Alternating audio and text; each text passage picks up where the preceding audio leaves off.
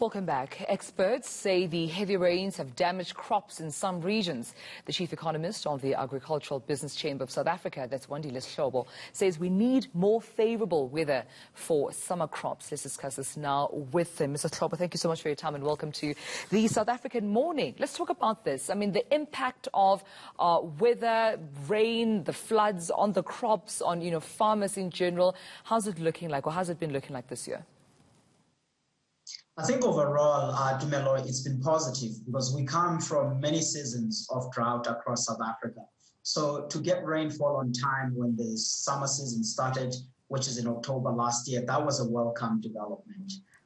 It's only over the past 2 weeks or so where we really started to see excessive rainfalls, which I would say it has had a mixed impact depending on where one is farming.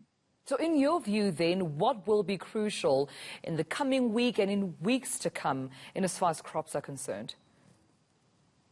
Yeah, I think overall, Tumelo, we are still looking at a positive season for South Africa.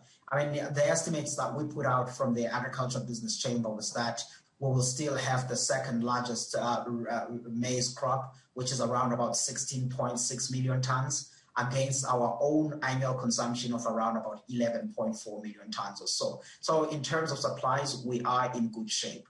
But I think going forward, back to your question, what will be needed is really a bit of more sunshine now.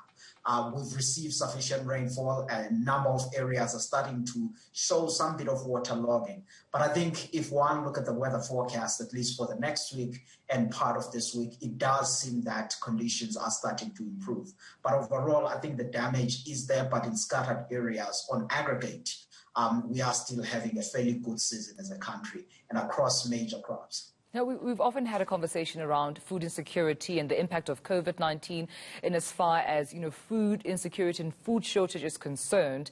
What can you tell us? What's your perspective in as far as, the impact of the weather on the crops, as well as, whether that will continue to sort of, make severe the food security and food shortages that we're seeing in the southern parts of the continent? Yeah, I think in as far as the issues around about food insecurity and also in South Africa and elsewhere, but starting off with the South African story, I think it has largely been more of people being out of work and really not having any buying power. It has less to do with the availability of food supplies. I think that we've been having sufficient food supplies throughout since the onset, actually, of the pandemic. We've been in good shape. And even on the price effect side, I think prices have been rising at a relatively softer pace. If you look to Melo in 2020, for example, South Africa's food price inflation averaged at around about 4.8%. That's way better than the levels we've seen in seasons of droughts like 2016, where food prices around about 10.8%.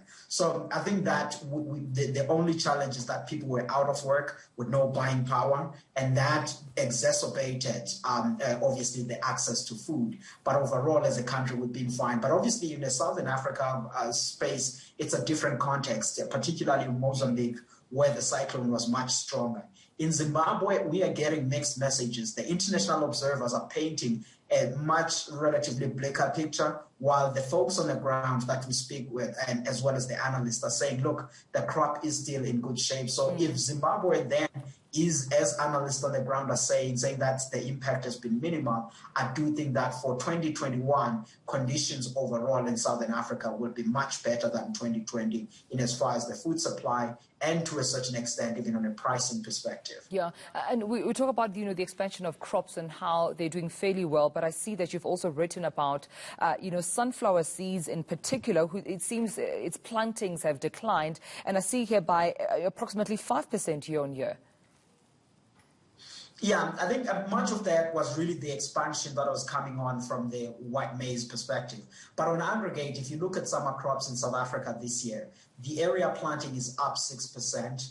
And almost all of the summer crops have shown that increase with the exception of the sunflower seeds, which obviously declined notably. and that white maize expansion, particularly in the western side of South Africa, which is where white maize and sunflower seeds are planted, that's where we are seeing that bit of a difference. But I think that is not really going to cause much of an issue, in a sense that South Africa is already generally a net importer of sunflower oil. So what will happen this year, I think the volume that we will bring in the country will slightly be higher than what we brought last year, and the same is true for palm oil. But I do think that on a cost basis this time around, there are other issues that are just outside of our country. For example, global agricultural prices and food prices at large are relatively higher compared to the previous year. And the story there has a lot to do with China buying a lot and stockpiling in South America. But in terms of availability, I think we are solid. All right. Well, thank you for talking to us, Wandile Sihlobo.